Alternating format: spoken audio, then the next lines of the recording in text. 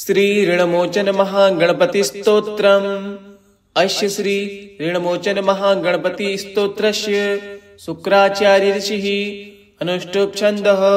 श्री ऋणमोचक महागणपतिर्देवता मम ऋणमोचन महागणपति प्रसाद सिद्ध्यर्थे जपे विनियोगः। स्मरामि देवदेवेशं वक्रतुण्डं महाबलं षडक्षरं कृपासिन्धुं नमामि ऋणमुक्तये। एकाक्षरं होकदन्त मेकं ब्रह्म सनातनम् एकमेवाद्वितीयं च नमामि ऋणमुक्तये। महागणपतिं देवं महास्तवं महाबलं महाविघ्नहरं शम्भो नमामि ऋणमुक्तये। कृष्णाम्बरं कृष्णवर्णं कृष्णगन्धानुलेपनं कृष्णसर्पोपवीतं च नमामि ऋणमुक्तये। रक्ताम्बरं रक्तवर्णं रक्तगन्धानुलेपनं रक्तपुष्पप्रियं देवं नमामि ऋणमुक्तये।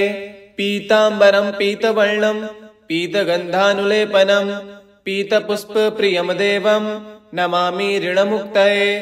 धूम्राम्बरं धूम्रवर्णं धूम्रगन्धानुलेपनं होमधूमप्रियं देवं नमामि ऋणमुक्तये। भालनेत्रं भालचन्द्रं पाशाकुशधरं विभुं चामरालङ्कृतं देवं नमामि ऋणमुक्तये। इदं तृणहरं स्तोत्रं सन्ध्यायां यः पठेन्नरः षण्मासाभ्यन्तरेणैव ऋणमुक्तो भविष्यति।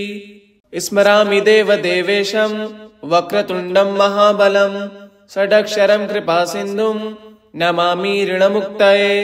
एकाक्षरं होकदन्त मेकं ब्रह्म सनातनम् एकमेवाद्वितीयं च नमामि ऋणमुक्तये। महागणपतिं देवं महास्तवं महाबलं महाविघ्नहरं शम्भो नमामि ऋणमुक्तये। कृष्णाम्बरं कृष्णवर्णं कृष्णगन्धानुलेपनं कृष्णसर्पोपवीतं च नमामि ऋणमुक्तये। रक्ताम्बरं रक्तवर्णं रक्तगन्धानुलेपनं रक्तपुष्पप्रियं देवं नमामि ऋणमुक्तये। पीताम्बरं पीतवर्णं पीतगन्धानुलेपनं पीतपुष्पप्रियं देवं नमामि ऋणमुक्तये। धूम्राम्बरं धूम्रवर्णं धूम्रगन्धानुलेपनं होमधूमप्रियं देवं नमामि ऋणमुक्तये। भालनेत्रं भालचन्द्रं पाशाकुशधरं विभुं चामरालङ्कृतं देवं नमामि ऋणमुक्तये। इदं तृणहरं स्तोत्रं सन्ध्यायां यः पठेन्नरः षण्मासाभ्यन्तरेणैव ऋणमुक्तो भविष्यति। स्मरामि देवदेवेशं वक्रतुण्डं महाबलं षडक्षरं कृपासिन्धुं नमामि ऋणमुक्तये। एकाक्षरं होकदन्त मेकं ब्रह्म सनातनम् एकमेवाद्वितीयं च नमामि ऋणमुक्तये। महागणपतिं देवं महास्तवं महाबलं महाविघ्नहरं शम्भो नमामि ऋणमुक्तये। कृष्णाम्बरं कृष्णवर्णं कृष्णगन्धानुलेपनं कृष्णसर्पोपवीतं च नमामि ऋणमुक्तये। रक्ताम्बरं रक्तवर्णं रक्तगन्धानुलेपनं रक्तपुष्पप्रियं देवं नमामि ऋणमुक्तये।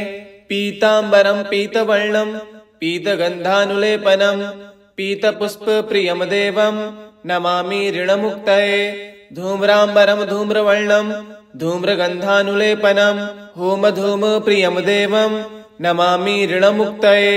भालनेत्रं भालचन्द्रं पाशाकुशधरं विभुं चामरालङ्कृतं देवं नमामि ऋणमुक्तये। इदं तृणहरं स्तोत्रं सन्ध्यायां यः पठेन्नरः षण्मासाभ्यन्तरेणैव ऋणमुक्तो भविष्यति। स्मरामि देवदेवेशं वक्रतुण्डं महाबलं षडक्षरं कृपासिन्धुं नमामि ऋणमुक्तये। एकाक्षरं होकदन्त मेकं ब्रह्म सनातनम् एकमेवाद्वितीयं च नमामि ऋणमुक्तये।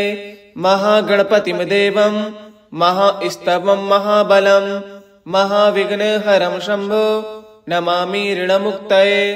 कृष्णाम्बरं कृष्णवर्णं कृष्णगन्धानुलेपनं कृष्णसर्पोपवीतं च नमामि ऋणमुक्तये रक्ताम्बरं रक्तवर्णं रक्तगन्धानुलेपनं रक्तपुष्पप्रियं देवं नमामि ऋणमुक्तये पीताम्बरं पीतवर्णं पीतगन्धानुलेपनं पीतपुष्पप्रियं देवं नमामि ऋणमुक्तये धूम्राम्बरं धूम्रवर्णं धूम्रगन्धानुलेपनं होमधूमप्रियं देवं नमामि ऋणमुक्तये भालनेत्रं भालचन्द्रं पाशाकुशधरं विभुं चामरालङ्कृतं देवं नमामि ऋणमुक्तये इदं तृणहरं स्तोत्रं सन्ध्यायां यः पठेन्नरः षण्मासाभ्यन्तरेणैव ऋणमुक्तो भविष्यति।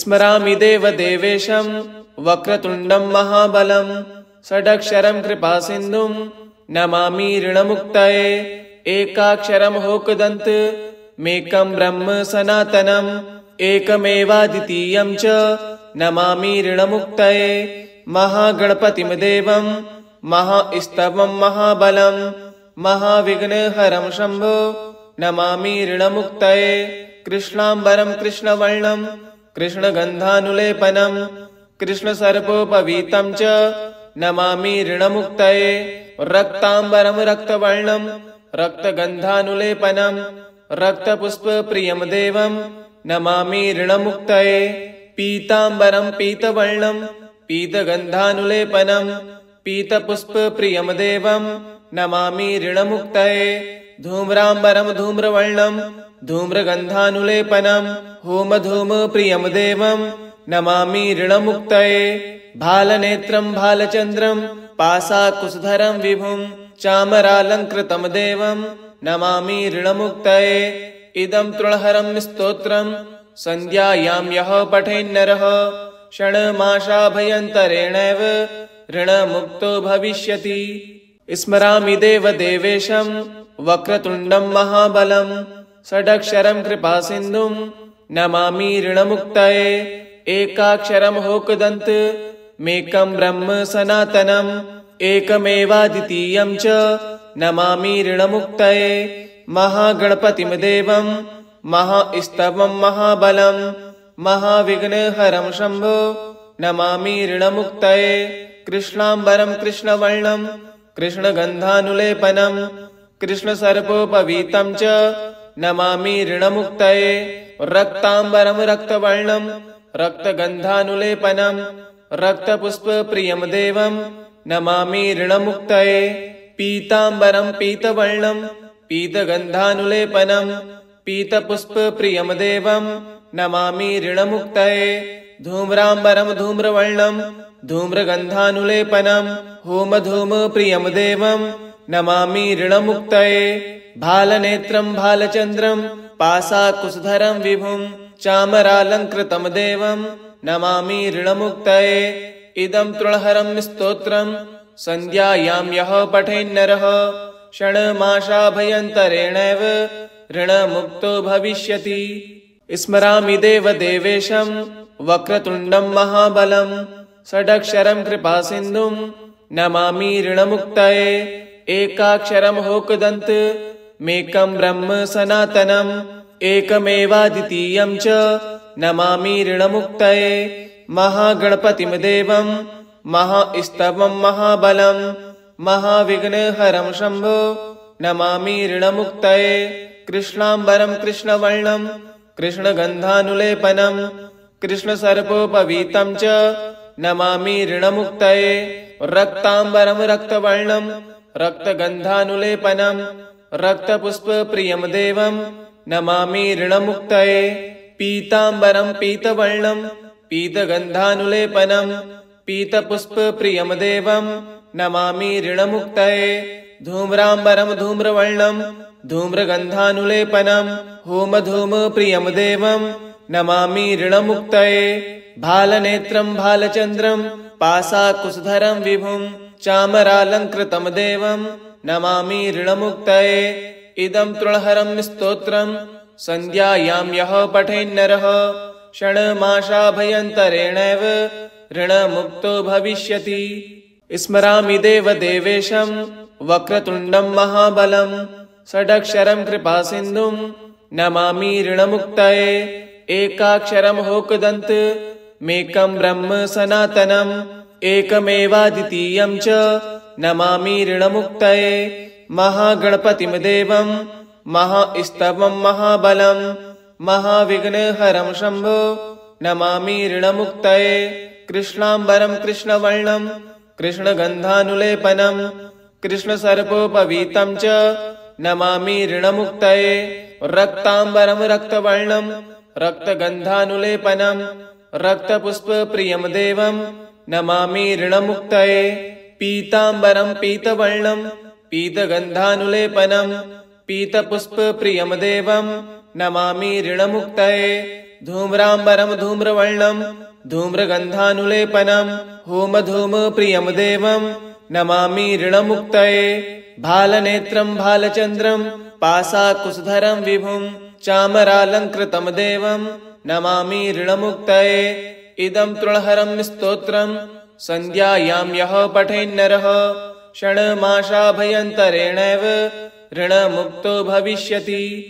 स्मरामि देवदेवेशं वक्रतुण्डं महाबलं षडक्षरं कृपासिन्धुं नमामि ऋणमुक्तये एकाक्षरं होकदन्त मेकं ब्रह्म सनातनम् एकमेवाद्वितीयं च नमामि ऋणमुक्तये महागणपतिं देवं महास्तवं महाबलं महाविघ्नहरं शम्भो नमामि ऋणमुक्तये कृष्णाम्बरं कृष्णवर्णं कृष्णगन्धानुलेपनं कृष्णसर्पोपवीतं च नमामि ऋणमुक्तये रक्ताम्बरं रक्तवर्णं रक्तगन्धानुलेपनं रक्तपुष्पप्रियं देवं नमामि ऋणमुक्तये पीताम्बरं पीतवर्णं पीतगन्धानुलेपनं पीतपुष्पप्रियं देवं नमामि ऋणमुक्तये धूम्राम्बरं धूम्रवर्णं धूम्रगन्धानुलेपनं होमधूमप्रियं देवं नमामि ऋणमुक्तये भालनेत्रं भालचन्द्रं पाशाकुशधरं विभुं चामरालङ्कृतं देवं नमामि ऋणमुक्तये इदं तृणहरं स्तोत्रं सन्ध्यायां यः पठेन्नरः षण्मासाभ्यन्तरेणैव ऋणमुक्तो भविष्यति। स्मरामि देवदेवेशं वक्रतुण्डं महाबलं षडक्षरं कृपासिन्धुं नमामि ऋणमुक्तये एकाक्षरं होकदन्त मेकं ब्रह्म सनातनम् एकमेवाद्वितीयं च नमामि ऋणमुक्तये महागणपतिं देवं महास्तवं महाबलं महाविघ्नहरं शम्भो नमामि ऋणमुक्तये कृष्णाम्बरं कृष्णवर्णं कृष्णगन्धानुलेपनं कृष्णसर्पोपवीतं च नमामि ऋणमुक्तये रक्ताम्बरं रक्तवर्णं रक्तगन्धानुलेपनं रक्तपुष्पप्रियं देवं नमामि ऋणमुक्तये पीताम्बरं पीतवर्णं पीतगन्धानुलेपनं पीतपुष्पप्रियं देवं नमामि ऋणमुक्तये धूम्राम्बरं धूम्रवर्णं धूम्रगन्धानुलेपनं होमधूमप्रियं देवं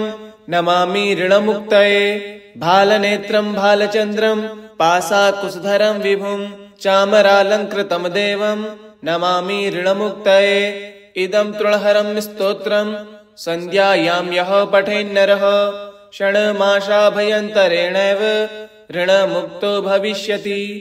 स्मरामि देवदेवेशं वक्रतुण्डं महाबलं षडक्षरं कृपासिन्धुं नमामि ऋणमुक्तये एकाक्षरं होकदन्त मेकं ब्रह्म सनातनम् एकमेवाद्वितीयं च नमामि ऋणमुक्तये महागणपतिं देवं महास्तवं महाबलं महाविघ्नहरं शम्भो नमामि ऋणमुक्तये कृष्णाम्बरं कृष्णवर्णं कृष्णगन्धानुलेपनं कृष्णसर्पोपवीतं च नमामि ऋणमुक्तये रक्ताम्बरं रक्तवर्णं रक्तगन्धानुलेपनं रक्तपुष्पप्रियं देवं नमामि ऋणमुक्तये पीताम्बरं पीतवर्णं पीतगन्धानुलेपनं पीतपुष्पप्रियं देवं नमामि ऋणमुक्तये धूम्राम्बरं धूम्रवर्णं धूम्रगन्धानुलेपनं होमधूमप्रियं देवं